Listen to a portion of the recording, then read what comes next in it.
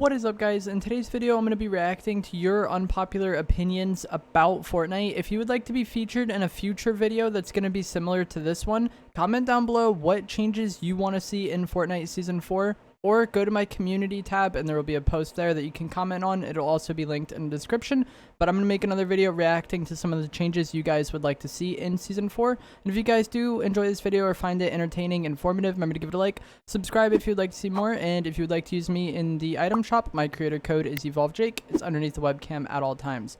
So the first comment we're going to talk about here is from Seth, and they say that the current Fortnite is leagues better than OG Fortnite. The game is balanced much better, more interesting with more consistent map changes and minor updates, regular collabs, better events, and overall much more fun. So I kind of agree and disagree with this comment, and it really depends where you draw the line of OG Fortnite. If it's all of Chapter 1, I disagree. But if you're saying like pre-seasons and Season 1, then I think there's a fair point there. But Season 2 onward, we started getting a lot of map changes, a lot of updates, a lot of like consistency, and this season I feel like was handled really well. Aside from the No Sweat Summer event, we did get a lot of map changes, we did get a lot of, you know, consistent content coming to the game. One thing I will say that makes this season much better than like OG Fortnite, even if you want to include all of Chapter 1, is that there wasn't that many bugs this season. I know there was a few, most notably the shotgun or the mirror bug, which would cause loot to teleport away when you open the chest or remove aim assist. And then there was also a bug for a little bit where your HP wouldn't match the bars on screen, so the bars wouldn't update appropriately. And that's it. That's all I can really think of this season as far as major bugs go.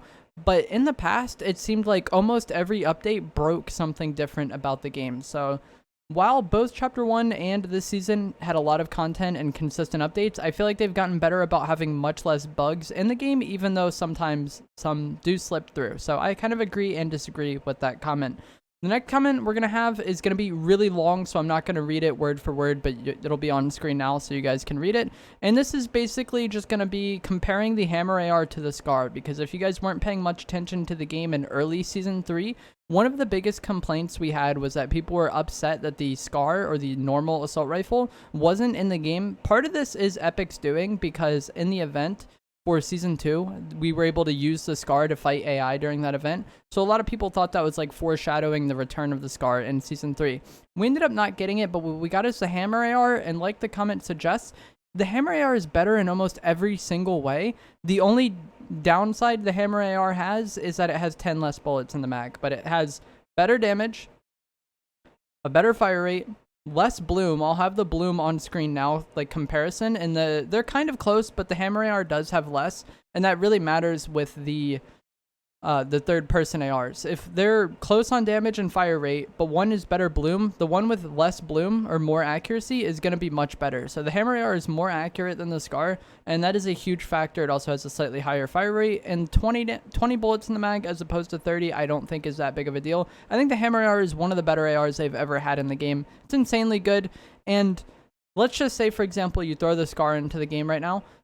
I think the Hammer AR is better. I think the Combat AR is better. Once again, insane fire rate, basically no bloom. If you can control the recoil fine, and it really doesn't have that much recoil, it's also better than the Scar. And then the AUG, the Striker Burst, is insanely better at long range because it doesn't have any bloom at all, and the bullets just go exactly where you're aiming. So lots of people miss the old ARs, but I don't think they would have much impact on the game if they were unvaulted. So I actually agree with this comment, and I have for pretty much this entire season. I feel like people wanting the old AR back is mostly just nostalgia. And I've also seen people that just didn't keep up with the game. Like, I've seen people saying they want the Scar back because it used to hit for 90 to the head, but that was changed in like Season 2. And the last time the Scar was in the game, it was headshotting for like 50, because over time they've just reduced the headshot multipliers on a majority of the weapons. So next we have several comments about collabs, and this is like one of the most divisive topics in the Fortnite community. One is just like straight against collabs. One is for collabs as long as they don't impact the gameplay too much negatively. One is just super in favor of collabs all the time, and then the other is just kind of burnt out on Marvel collabs because we get a lot of them. And I feel like for the most part, the collabs debate is mostly just like the vocal part of the Fortnite community being upset about it. But most people who just log on and play the game or don't really discuss the game online that much love the collabs. And I think as long as they don't ruin the balance of the game, I'm personally in favor of them. I think the Dragon Ball collab was actually perfect in terms of impacting the gameplay to an extent where it freshened up the game. You know, if they just put some skins in the shop, then that doesn't really change gameplay, and it doesn't really make the game feel exciting to get on and play. But the Nimbus Cloud was fun. The Kamehameha, I literally didn't use it, and I really don't think it was overpowered at all. The only time I ever died to this was when I made a mistake. I think I died to it 3 times in the entire weeks that it was in the game. It is a very easy item to outplay. I'll have a clip on screen now where I'm literally at 3 HP and I'm able to clutch up and kill this final player only because I used the Kamehameha. If they just did anything else, they probably would have beat me in this game because they had so much more HP. I couldn't touch zone at all. So I really don't think the Kamehameha was that OP at all. I think the Dragon Ball Z collab was done perfect. I will say that there's a lot of collabs and a lot of people are burnt out on them and they don't feel as fresh anymore. But in terms of ruining the OG charm of Fortnite or whatever, that was gone a long time ago. You know, we've had so many collabs. If they never do another collab ever, that OG charm is still gone because we've had an absurd amount of them already. So personally, I feel like you might as well keep doing it. And as long as there is nothing too broken, personally, I'm in favor of the collabs. And I'm someone who doesn't really care about them that much. I can't think of anything they added to the game that I was really excited to get and that I was, you know, it was a franchise that I enjoyed. I don't really watch Marvel stuff. I don't watch Star Wars. So most of the collabs aren't for me personally, but I still think that it's cool to have that stuff in the game for the people who are fans of it. The next comment we have is from Shatton, and they say, Fortnite BR became popular although building was in the game, not because of it. If it would have been optional from the start, Fortnite would be even bigger today and millions wouldn't have left the game during late Chapter 1. And I hard disagree with this comment. So if you guys were around in the early days of Fortnite, the biggest criticism of this game from people who hadn't played it was just that it was a ripoff of PUBG. And although that doesn't really matter what people's perception is, it kind of does to an extent where people aren't going to try the game as much. And what got people to get out of that mindset and see Fortnite as a unique game and give it a chance was how much building impacted the game and how, you know, unique Fortnite was because of building. And let's just put that aside, and let's say people would play the game anyways without building, and they would give it a chance. The shooting model in early Fortnite was terrible. A lot of the assault rifles would be hitting for 80 to 90 damage to the head, depending on rarity. There was much more bloom than what we have today. There was no first shot accuracy, so the entire shooting model of this game was very random for a long time, and it did get fixed, I believe, in season 2 or 3, but I don't think the game would have made it that far if people just got on and it was random.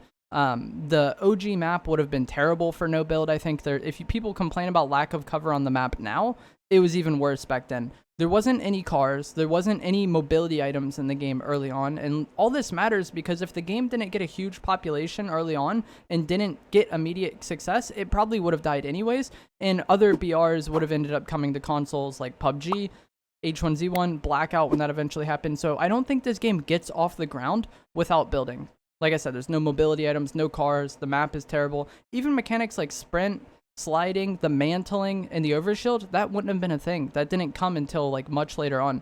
Imagine trying to play zero build without mantling. It would be terrible, and without the overshield. Also, the only shield item in the game was big pots at the time, and it was somewhat hard to come by them. So it's not like all the time you were walking around at full HP and with extra shield in your inventory. So I think the game would just be really campy, and I don't think it would be very playable if it was zero build from the start. Zero build is a great game mode, and it helped rejuvenate a lot of the player base for people who had lost interest in the game, but a lot of that is because of things that Epic did later on, like adding mobility items to the game, adding cars, adding first-person assault rifles like the AUG and the MK, weapons with much less bloom, mechanics like sprint, mantling, sliding. Just trying to think of zero build without any mobility items, no sprinting, no sliding, no mantling. It sounds like a mess, and the shooting model was so random. I should have had some clips playing from OG Fortnite with the ARs just showing how busted they were back then, but it was so random. The shooting model of the game was terrible, and I don't think it would have gotten enough players early on or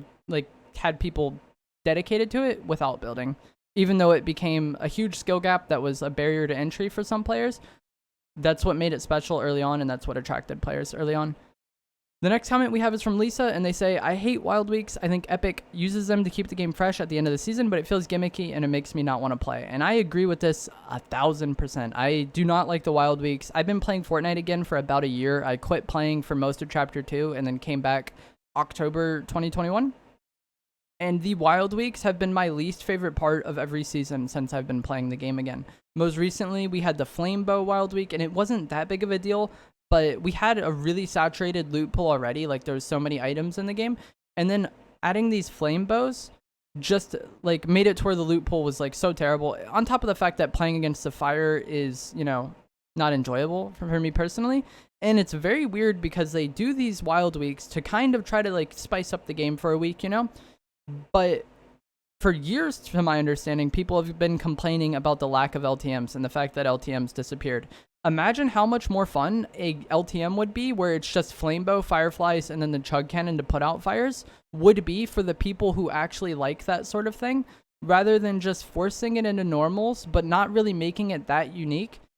But you don't really have the people who want like the unique, crazy gameplay happy, and you don't really have the people who just want to play Fortnite happy. You just kind of have everybody not very happy. I feel like it doesn't make very much sense, and they could make much more unique, crazy, fun game modes if it was an LTM. But because they do it in wild weeks, they just grief the loot pool for a week, annoy people who just want more standard gameplay, but also the people who want the crazy, unique stuff don't really get what they want either. I think just having it be separate and have crazy LTMs for that, and have the normal game be the normal game would just be better for everybody. And I think every wild week pretty much that has happened could be turned into a pretty crazy LTM. Like I just said, the fire week would be wild. There was a just straight bow week in Chapter 3 Season 1. That would be interesting. A game mode that consists only of bows. I believe Chapter 3 Season 2 had the Railgun Recon Scanner week. Once again, that would be a somewhat interesting LTM, Railgun only. But putting it in the normal game was annoying. And pretty much all the wild weeks have been that way for me personally. I'm not a fan of them. I feel like LTMs are the best bet for everybody because they have more creative freedom, but the people who don't want to deal with that don't want to deal with that. And that's what made LTMs special in Fortnite for a really long time. There's a lot of LTMs, like explosives only, that I would never want to play, but people love that mode, and that's, you know, it's a win-win for everybody. But that is going to be it for this video. Let me know what you thought of these unpopular opinions, if you agreed with me, if you agreed with the initial commenters, and all of that down in the comments below. Also, let me know what you want to see in Fortnite Season 4. Leave a comment on this video or my community post that'll be linked in the comments down below. And I will see you guys in the next video. Thanks for watching.